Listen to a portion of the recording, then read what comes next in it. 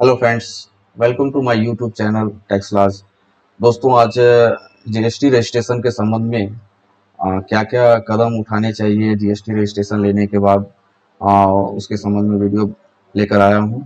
आप लोगों को अगर वीडियो अच्छा लगता है तो मेरे चैनल को जरूर सब्सक्राइब करें, लाइक करें, कमेंट करें, बेल आइकन को जरूर दबा के रखें ताकि कोई भी मैं जानकारी डालूं तो आप लोगों के पास उसका नोटिफिकेशन पहुंच जाए। तो चलते हैं हम नोटशीट पे। तो सबसे पहले जो है रजिस्ट्रेशन जब हम ले लेते हैं तो हमारे दिमाग में ये रहता है कि हमें आगे क्या करना है। उसके संबंध में हम देखते हैं कि क्या क्या की एक्शन आपको लेना होता है जीएसटी रजिस्ट्रेशन के बाद।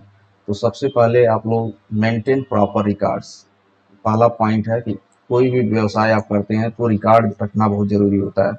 तो इसमें जो है आप अपने जितने भी व्यापारिक लेन देन है, बिजनेस ट्रांजेक्शन है, चाहे इनवाइस हुआ, परचेज हुआ, खरीद हुआ, चाहे खर्चा कोई करते हैं तो उसके जितने भी बिल वाउचर या रसीद आपको मिलते हैं उसको संभाल के रखने होते हैं। जीएसटी जो सर्टिफिकेट होता है आपके जहाँ पर ऑफिस है, प्रीमिसेस है, वहाँ पे डिस्प्ले होना चाहिए, विजिबल होना चाहिए। और जीएसटी का जो नाम, जिस नाम से बना हुआ है उसका नाम, जीएसटी नंबर और पता के साथ बाहर बोर्ड पे जरूर लिखा होना चाहिए। ऑफिस जहाँ पर है आपका, चाहे दुकान है, चाहे जो भी है आपका, जहाँ से आप काम करते हैं, वहाँ पे जरूर ये तीनों चीजें बोर्ड पे लिखा हुआ होना चाहिए।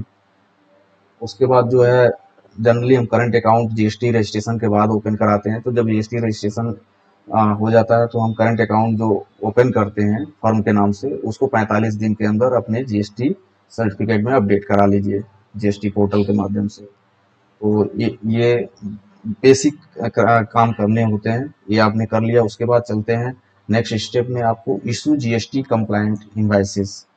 जीएसटी कंप्लायंट इनवाइसेस का मतलब आप जो भी आप बिल जारी कर रहे हैं, इनवाइसेस जो भी आप बना रहे हैं, वो चाहे सर्विसेज के हैं चाहे गुड्स के हैं, तो आप जीएसटी प्रॉपर जो फॉर्मेट है इनवाइस का उसमें बनाइए। जैसे मतलब जीएसटी नंबर पार्टी का हो, आपका जीएसटी नंबर हो, इनवाइस नंबर हो, सीरियल नंबर से डेट हो, कस्टमर डिटेल हो, एचएसएन कोड हो और उससे संबंधित टैक्स डिटेल हो। तो ये सारी चीजें आप मेंशन कर सकते हैं उसके, तभी आपका जीएसटी कंप्लायंट इनवाइसेस माना जाएगा।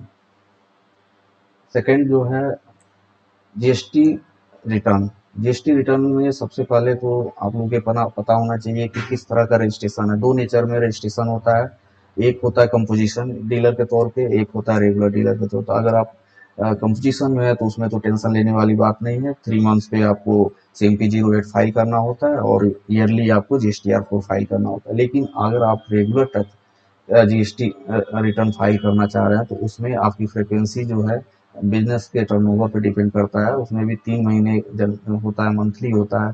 तो जिसमें GSTR 1 जाता है, जिसमें आउटवर्ड सप्लाई किसको किसको आपने माल बेचा उसका डिटेल फाइल किया जाता है। GSTR 3 भी होता है जिसमें आपका जो टैक्स कितना बना, ITC आपने कितना लिया उसका डिटेल होता है, कितना पेमेंट आपने किया, वो 3B के थ्रू फाइल होता है। हर महीने या 3 महीने पे आपको दोनों को फाइल करना जरूरी होता है, नहीं तो पेनाल्टी का प्रोविजन है इसमें।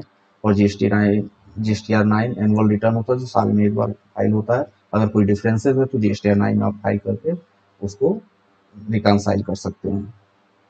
तो पेनाल्टी से बचने के लिए आप लोग इसको समय से फाइल करते रहिए। उसके बाद जो है नेक्स्ट जो होता है कलेक्ट एंड रिमिट जीएसटी। देखिए, जीएसटी आप रजिस्ट्रेशन लेते हैं तो एक तरह से आप गवर्नमेंट के एजेंट की तरह हैं। आप कस्टमर से जो भी टैक्सेबल सप्लाई देते हैं उस पर जीएसटी लेना होता है। उसके बाद जो है आप प्रॉपर जो जीएसटी है उसको हर महीने चालान के थ्रू जो है जमा करना होता है, या क्वार्टरली आप जमा कर सकते हैं, जैसा आप रजिस्ट्रेशन का नेचर हो उस हिसाब से आप कर सकते हैं। तो इसलिए गवर्नमेंट का पैसा जो जैसे आप कस्टमर से लेते हैं अपने पास रखिए और उसको टाइम से जमा कराने का प्रयास करिए, नहीं तो आप उस पर ब्याज 18% की रेट से देना पड़ सकता है। उसके बाद जो है क्लेम इनपुट टैक्स क्रेडिट। देखिए, हम जब टैक्स की बात करते हैं तो सबसे पहले जब परचेज करने जाते हैं तो जहाँ से हम होलसेल से माल लेते हैं या किसी भी व्यक्ति से माल लेते हैं वो हमको जीएसटी इनवाइस से रेज करता है तो उस पर वो टैक्स लगाता है। हम तो ऑलरेडी उसके पास टैक्स जमा करके आते हैं। जब हम माल बेचते हैं तो जीएसटी पे भी जीएसटी हमें भी देना पड़ता है। तो ऐसा तो हो नहीं सकता डबल डबल जीएसटी कोई देगा। तो जो डिफरेंस होगा जो आप परचेज पे जीएसटी पे करेंगे और जो कस्टमर से कलेक्ट करेंगे, जो डिफरेंस होगा वही आपको जमा करना होता है। तो इस बात का आप ध्यान रखिएगा कि जो जीएसटी आप परचेज करते हैं उसको प्रॉपर अपने यहाँ रिकॉर्ड मेंटेन करिए, ताकि आपको टैक्स क्रेडिट लेने में कोई दिक्कत ना आए। आगे नेक्स्ट सीट पे चलते हैं।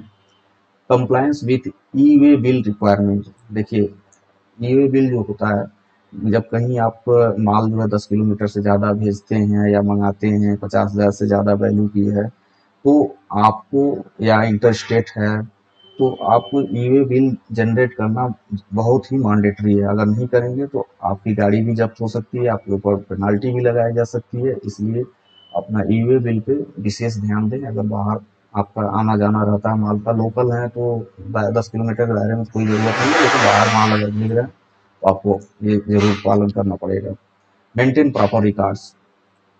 प्रॉपर रिकॉर्ड्स का मतलब ये होता है कि अगर आप जीएसटी रजिस्टर्ड एंटिटी हैं तो आपको एक्यूरेट बुक्स ऑफ अकाउंट्स, जैसे कितना लेन देन डेली करते हैं, सेल परचेज का डाटा, बैंक में पेमेंट का, कैश रिसीट का, कैश पेमेंट का, ये सारी चीज़ें जो है आपको मेंटेन करनी पड़ेगी as per accounting standards of India. इसलिए आप लोग विशेष ध्यान दें, अकाउंटिंग पे फोकस करें, ताकि आपको आने वाले समय में कभी भी कोई दिक्कत ना हो।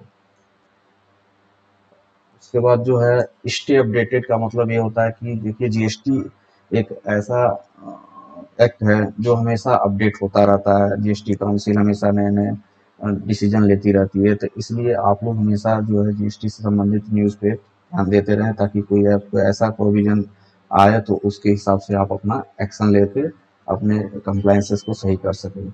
इस बात का आप लोग ध्यान बिल्कुल रखिएगा।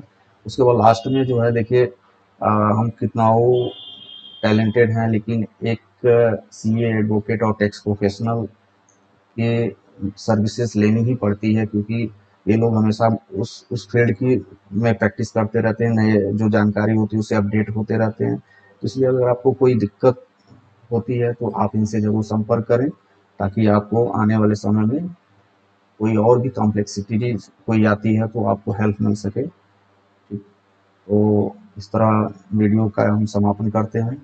आप लोगों को अगर वीडियो अच्छा लगा है तो ज़रूर लाइक करें, कमेंट करें, शेयर करें। बहुत बहुत धन्यवाद।